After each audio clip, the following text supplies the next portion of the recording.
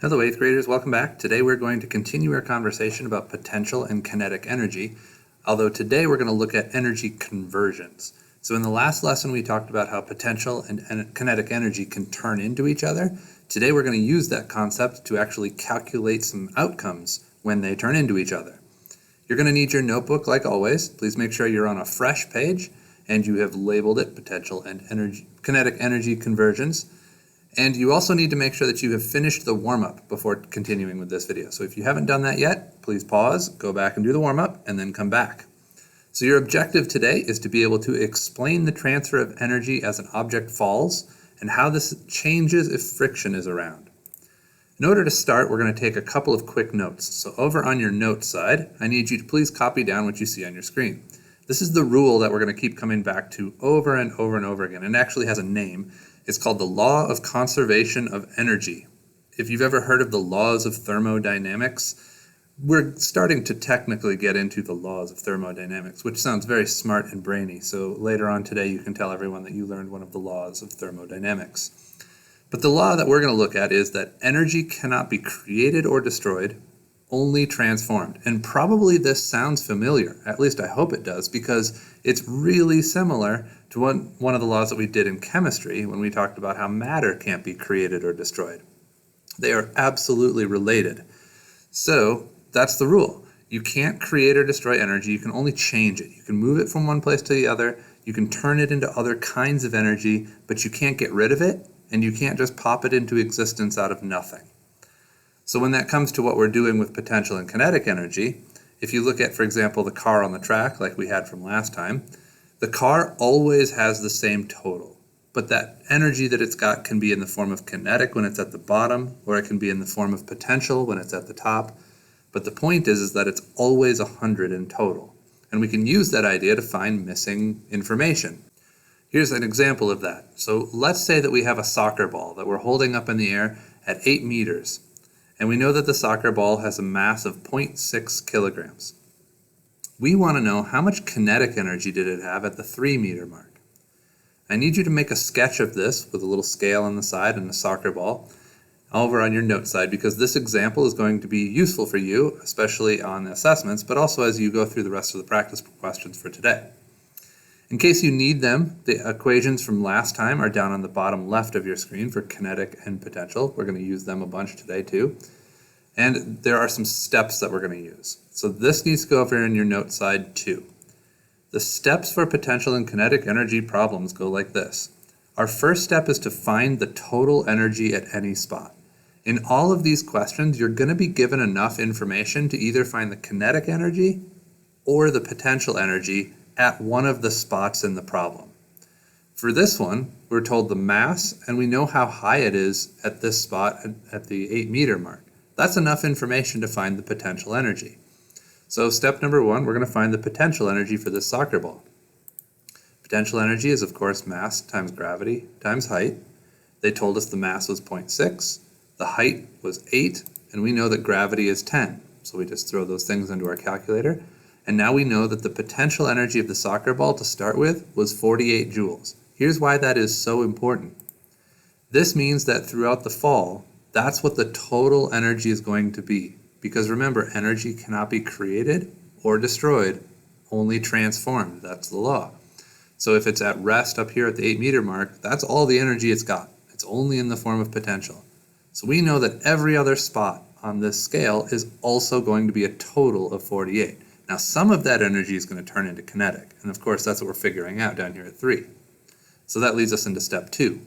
For the mystery location, the spot we're trying to figure out down here at 3, if we know the height, start with potential energy.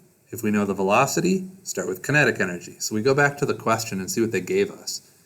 And they said that we're looking at the 3 meter mark, so we know the height at the mystery location.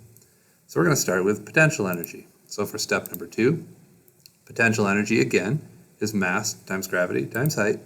We know the mass is still the same ball. Gravity is still the same, but now it's at the 3 meter mark, so it has 18 joules of energy. So for step number 3, subtract what we found from the total to find the missing energy. So if it had 48 the whole time, because that's what we found at the top, and now it has 18 at the 3 meter mark, that must mean that 30 joules of energy were transformed into kinetic, and that's our final answer.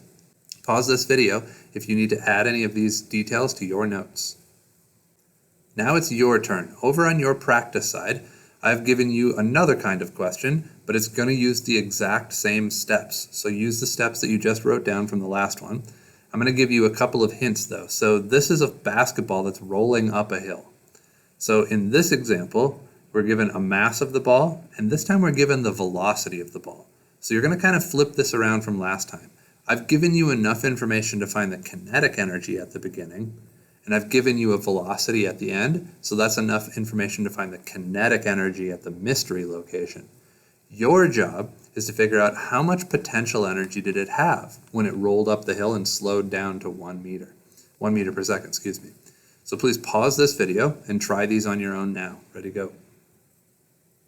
If you're still watching, you have tried this and you're ready to check your answers. So step number 1 is to find the energy at the location that we know, and that's kinetic energy. So we have to go 1/2 times mass times velocity squared. Remember, we have to do the velocity squared part first. So we're going to do 1/2 times 0.7, and 4 squared is 16. So we got rid of that square.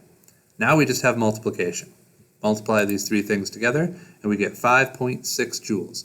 So we know that the energy for the ball on the whole thing has to be equal to 5.6. Energy can't be created or destroyed. So now we go to step 2. For step 2, we know the velocity, so we can use kinetic energy at the mystery location.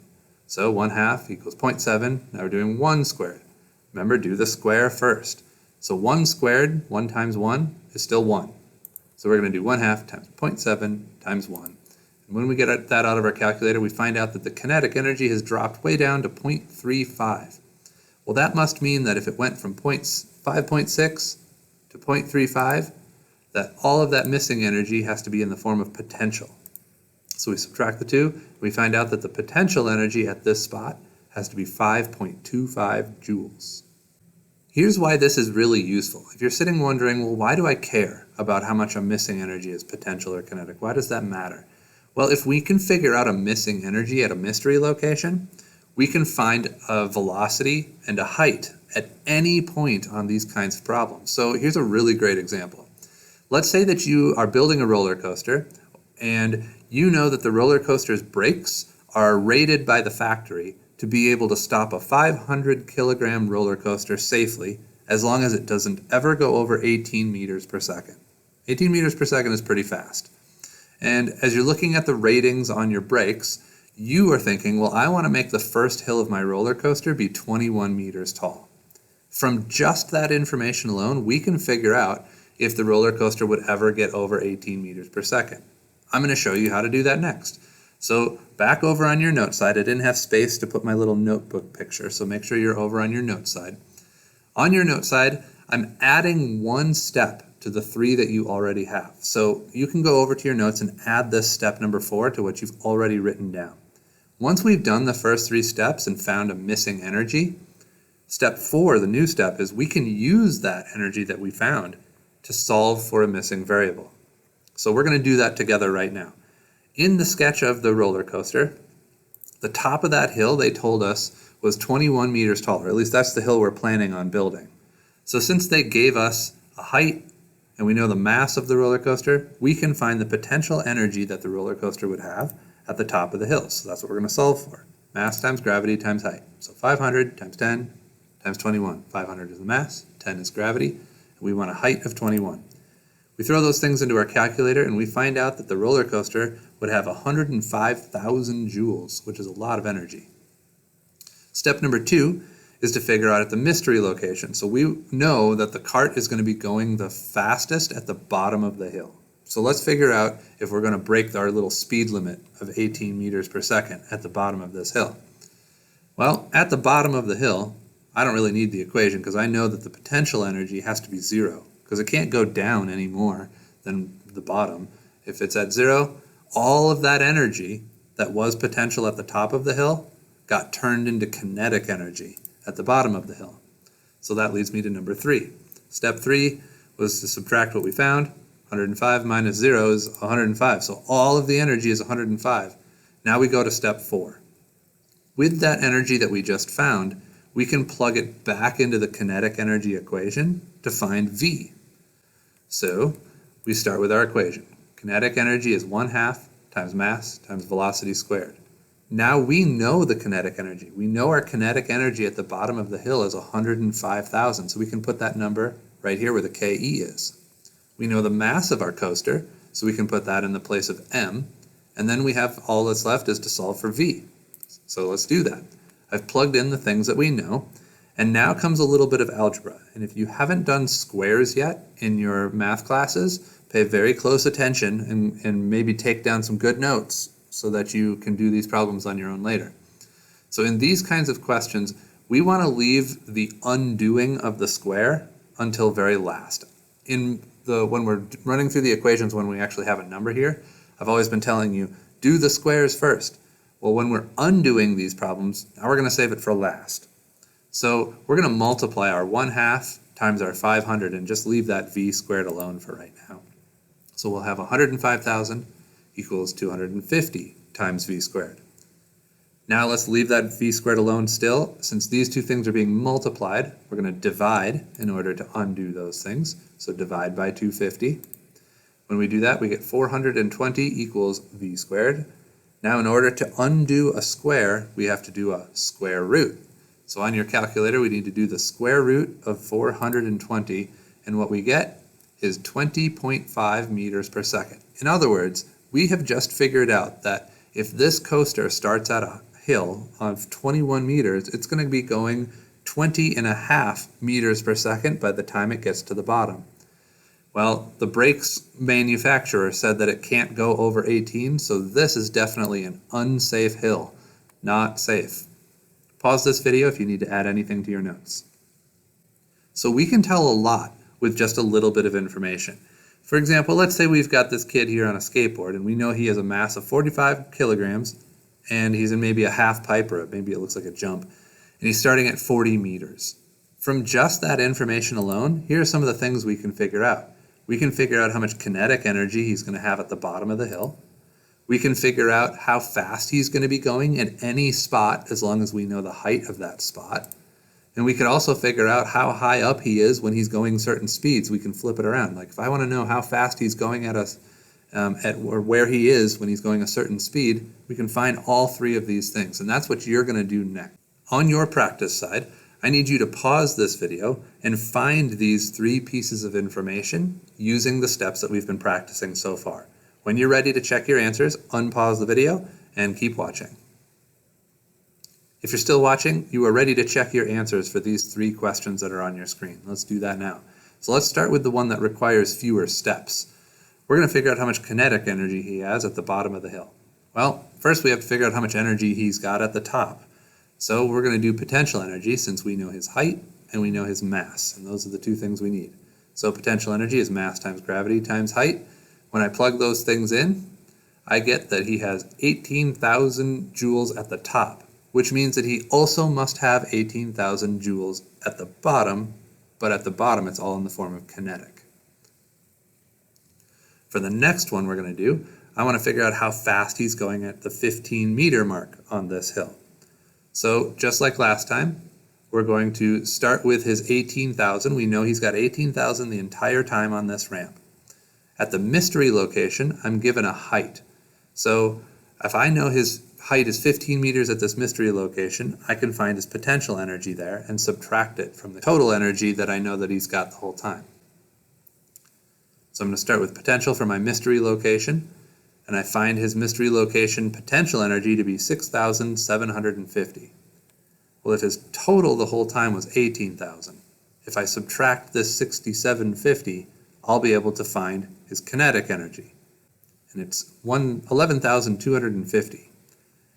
Now I go to that last step. If I know his kinetic energy, and I know his mass, and I know all the other things, I can plug it back into the kinetic energy equation and figure out his velocity. So 11,250 equals 1/2 times 45 times v squared. Remember, leave that v squared till last.